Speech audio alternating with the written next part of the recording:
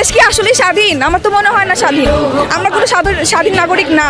আমরা এখনো, আমার মনে হয় যে 1971 সালে যে দেশ স্বাধীন হয়েছে সেটা শুধু শেখ পরিবারের জন্য, আমাদের জন্য না। যদি আমরা স্বাধীন হতাম আসলেই, তাহলে আমরা আমাদের বাক স্বাধীনতা পেতাম।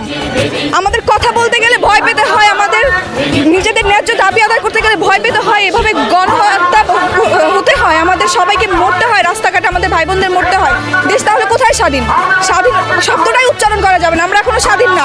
স্বাধীনতা এখন হবে যদি এই সরকার পদত্যাগ হয়। তাহলে এই বিচার আসলে সঠিক বিচার চাইবা আল্লাহর কাছে, আর কারো কাছে না। বিচার আসলে কেউ, এই সরকার কখনোই করতে পারবে না, আর হবেও না সঠিক বিচার। তাই আমি চাই যে সরকার পদত্যাগ করুন। বললাম তো আমি, আমার দেশে স্বাধীনই না, নিরাপদ পথ থেকে। এই যে যেভাবে আমাদেরকে মারা হচ্ছে, এখনো দেখতেছি যে পুলিশ যেভাবে আমাদের সাথে অন্যায় করতেছে। আমরা মিছিল করলে, আমরা গিয়ে আন্দোলন করলে সেখানেও হস্তাহস্তি করা হচ্ছে, সবাইকে এভাবে ধরে নিয়ে যাওয়া হচ্ছে বাসার থেকে, যেখান থেকে সেখান থেকে। তাহলে আমরা কোথায় নিরাপদ?